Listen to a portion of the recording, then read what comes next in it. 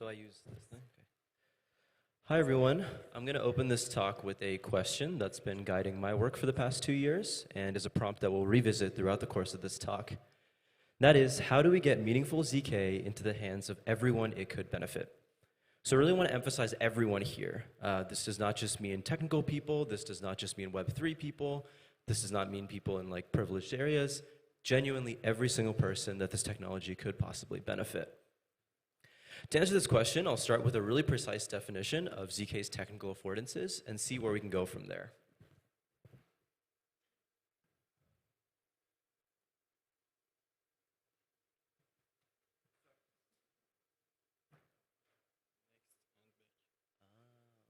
That's confusing.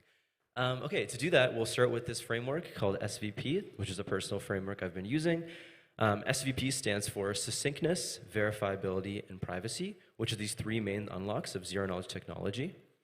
I'm not going to go into precise definitions for this crowd, but in my mind, each of these unlocks a very specific new affordance for users. For succinctness, that's scalability, best exemplified by things like ZK rollups. For verifiability, that's interoperability. When you have a proof, it can be verified by anyone with the relevant verification metadata. And finally, privacy unlocks ownership. You can genuinely have this data that you keep to yourself that no one else sees, and you selectively reveal to other people via ZK proofs. Okay, so if we're trying to build applications that could benefit, any person, which of these things do we start with? When it comes to succinctness, in my opinion, this is only really useful when it comes to on-chain technologies. And for the sake of this talk and for the sake of trying to build technology for anyone that could benefit from it, I'm going to say that this isn't as important because ZK is its own technology and we shouldn't just limit it to on-chain users, which is ultimately a very, very small crowd. Okay, when it comes to verifiability or interoperability, well, we sort of have this chicken and egg problem where interoperability is only interesting if you have this large ecosystem of applications that can intake proofs. But then you sort of have this problem where, okay, so you need the proofs for this ecosystem to be interesting, but you need the ecosystem for the proofs to be interesting. So this doesn't really seem like a meaningful place to start out with, but we can eventually get to. Okay, but then when it comes to privacy, well, this is only really useful if there actually is meaningful private data that users have that they can make proofs about. And in a world where Facebook and Google basically own everything about us, this isn't really a reality that any of us live in. Okay, so do we just give up? Is there just no hope for ZK for consumers? The argument that I'm going to make throughout this talk is that we can target ownership or privacy for two major reasons. The first is, and I think this is an underrated point, we need private data to make proofs about if as consumers we want to use ZK. If our data isn't owned by us or private to us and is just public, then it might as well just be verified by a server. The second thing, and sort of the title of this talk, is that I believe we can easily seed people with meaningful private data using Jubmojis, or in general, NFC and ZK technologies. Hi everyone, I'm Vivek. I was the technical lead on this project, overseeing everything from math, software, hardware, and also a significant design contributor on problems in UX and strategy. Through the rest of this talk, I'm going to present 4 different claims that will hopefully convince you that Jubmojis, and generally signatures from NFC cards, are one of the best bets we have at really unlocking meaningful ZK for everyone that it could benefit. The first claim I'll make is that unlocking ownership needs data with verifiable authenticity. So it's a whole lot of buzzwords. Let's at least break down authenticity. Why do we need it? Well, simply, otherwise the data you're making proofs about can be forged or faked. We need some sort of source of truth or reality in order to take data seriously. Okay, so how do we get this authenticity? There's 2 main ways in the modern world. The first and most common one is centralized databases dictating what is real.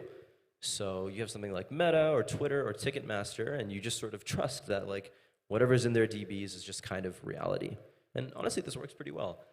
But sort of an alternative method that is increasing with stuff like blockchains, and is also used in logins with JWTs, is cryptographic signatures. So how that works is you take some trusted party, they sign some data, and the signature cannot be forged and can be verified by anyone, making it a really, really great candidate for sort of data that we can make ZK proofs about. In fact, if there's kind of one thing I want you to walk away from this talk with, especially if you're someone who's further away from ZK, it's that consumer ZK needs data with signatures. Otherwise, we can't actually make meaningful proofs because we don't have meaningful data to make proofs about. A great example of this is the ZK ticket you guys received in ZooPass is actually just a signed blob of data from the ZooPass server. That's how they can make proofs about it. Okay, so now that we've established that signatures are necessary for genuine data ownership and privacy, the next claim I'm going to make is that with NFC, we can really easily give meaningful signatures to users. So we're going to break this down step by step from how it works from tapping to actually doing stuff with your data. So on each tap, the NFC chip sends a unique signature from a hardware-locked private key. It's a bunch of words, let's break them all down. So NFC here stands for Near Field Communication. Practically, this means you need to be close to this card in order to sort of activate its powers. The unique signatures, specifically what's going on here is each tap increments an on-chip nonce, which is then signed and sent to the user. So on every single tap, a number on this card goes up. That data is signed by a private key on the card and sent to you. And so as a result, every single tap gives people a different signature. Finally, the hardware-locked part is also really important. It means that we can't extract the private key, so we need to have access to this card in order to get new signatures. You can't really forge them, other than with, actually tapping it. The next step here is sort of, once you have this set up, you want to register the public key of this card with some specific meaning. So there's a bunch of different things that I'll go through here. The first thing is just kind of a personal card. So this is more or less a proof of meeting someone in person. For various folks that are like walking around wearing these cards, that's basically what's going on there. And you can build sort of this private social graph to build other data or other applications on top of. For events, you can sort of have a card at a registration desk, and you can sort of think of this as a private POAP. For people in this community, you know what POAPs are. Community is kind of a similar thing. You can kind of tap every single person within a community or within some club, and the signature you receive there can work very similarly to how NFTs work for DAO membership. Space cards, there's a bunch of different sort of cards floating around this venue, kind of this like gallery view, and tapping that, if it's sort of affixed to a physical location, is a proof of visiting that place. So you can think about this for coffee shops, for loyalty programs, or concert venues for sort of concert memorabilia. And finally, and I think one of the most important and interesting ones, is qualitative attestations. So there's any sort of like reputation or badge that can only really be given like human to human, then I think NFC cards are a fantastic candidate for this. One great example is just sort of the high-level attestation that you're a great community member, whether that means you contribute a lot or you help out with a lot of different things. This is only something that can be given person to person and not based on like other metrics. Finally, and probably the most important step in some sense, is to actually use ZK to prove the following claim. You have a valid signature from a chip's public key without revealing the raw signature itself. The validity here is important because you need to actually prove that you've collected a signature and actually tapped this card. And you want to keep the signature private because if that is made public, then other people can steal whatever powers that unlocks for you. The signature is in no way tied to you. It's just sort of a signed piece of data. So keeping that as a private input into the circuit is very important. What are the benefits? I think there's so many, but I wanted to pick a few that are really important and really key to our team. The first is like a really, really clean UX with no onboarding at all. You don't need an app, you don't need an account, you don't need any other setup. You just need a phone with NFC, which is almost every single modern phone, any phone that can do Apple Pay, Google Pay, these sorts of things. You can basically get full feature completeness with NFTs, but also be private by default and not require a wallet or a gas or seeding your account. The one thing you trade off here is that these signatures are not easily transferable, but you can sort of get that by just like minting an NFT based on a signature and then just sort of doing whatever NFT stuff you want to do. Another thing that's really important and is sort of a big bet we're taking is that the NFC is this very tactile representation of private data ownership. When you're collecting, usually this card is from another person, your phone vibrates, your data passes directly from the card to the phone with no other party involved. And we think the very sort of like tactile physical nature of this interaction will help people who are outside of our little bubble kind of take this interaction seriously and treat it as something fundamentally different from the existing data paradigm where we just give up everything and let it sit in a server.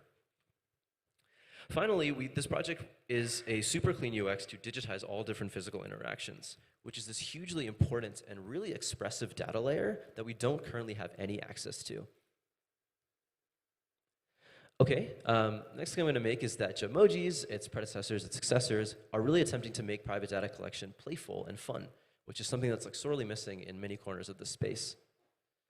What does Jubmoji mean? So breaking this down, the Jub comes from the baby Jub curve. It's an elliptic curve that we use for signatures. This curve was found by Barry, Marta, and Jordi, a few of which are at this event. And it was designed to be very efficient to make a ZK proof about having a valid signature, which is the sort of exact claim that we're doing with this project. So it's a perfect fit. The emojis here are used to represent the public key of the card in a form that's universal and easy to reference. You can sort of think of it as like a card ENS almost, and in a way that is like kind of easy to display and navigate to. The combination of this is Jubmojis. So these are the unique signatures you receive on each tap, each of which is different because it's a signature on a different edition number. I also want to say that Jubmojis is the third iteration of this project. We've tried a lot of different wrappers around these signatures. We started out with stamps at Zuzulu, then Sigmojis in our last iteration. Also, I spelled Jubmojis wrong. And then Jubmojis for this. And we're looking to continue to iterate through different names and wrappers to see what resonates with different communities. Collecting Jubmojis is super easy, and within the app, we've built this quests feature to essentially take your collection and start putting it to work. Basically, if you collect some subset of the 200 Jubmojis, you can unlock some sort of power. And a lot of this experience is really focused around like taking your collection and really trying to make some utility out of it. We've also put a lot of work into enhancing the cardholder experience because those are sort of the centerpieces of this whole experience. Essentially, and Rachel went over this in her talk, but each sort of emoji is also paired with this public domain piece of art that features it. And we found that there is a much deeper sort of like cardholder connection to their card compared to just having the emoji just plastered on. And there's a lot of sort of little details like this that make this experience more immersive and interactive. The last thing I'm going to make is that with Jubmojis and with time, we'll actually be able to get back to those other affordances that I was talking about. So we've now tackled, actually giving people meaningful data that they own that represents these important in-person interactions. And with this, I think interoperability becomes a lot more interesting because we can have this open data layer that is owned by the people and can be accessed by any platform instead of just living within one walled kingdom like Meta or Ticketmaster or something, because you can just make proofs about your collection that anyone can verify. And finally, with succinctness, I think Jubmojis can be really, really great for on-chain onboarding. The chain suffers from this cold start problem where, with things like account abstraction, it's now like super easy to make a wallet, but there's still nothing to do when you get there. And so we believe that basically taking all this in-person interactions you do and how ZK friendly it is to make proofs about them can be this way to sort of add reputation on chain to different DeFi protocols, to autonomous worlds, to different sort of experiences that will start to exist there. Some quick thank yous. I want to thank Rachel for helping to majorly craft this presentation and helping to lead this project. It's been very design focused, and it's been amazing to get to work with her and the rest of the design team at PSC. I want to thank the rest of the beautiful Jubmoji team, Althea, Andrew, Dominic, Kat, Callie, Mari, Marcus, and V, a lot of whom are in the audience. And a really big shout out to Gubsheep and Xerox Park for supporting all of my early work in ZK, where I developed many of these different theses and thoughts. This is a privacy and scaling explorations funded project. Huge thank you to Althea and Barry for believing this project, for believing in me, and this is really just the beginning. This is like a 2-month, 3-month-old project, so we're really in early stages, and we're going super fast. Finally, I just want to pitch a few of the activations that we're running. There's this gallery quest. There's these cards that are placed all around the space, and if you collect all 7 of them, we'll have some prizes for you at the community hub. There's also just sort of this personal quest going on where a lot of different people have cards, and the people who tap the most of those will get entered into a card raffle at the closing ceremony. And finally, at the community hub, we'll be there from 2 to 5 on Thursday and Friday. So you should come hang out, chat with the team, and ask us more questions. Thank you. That's the GitHub repo, and that is a form to request a card if you are interested in doing so. Thanks.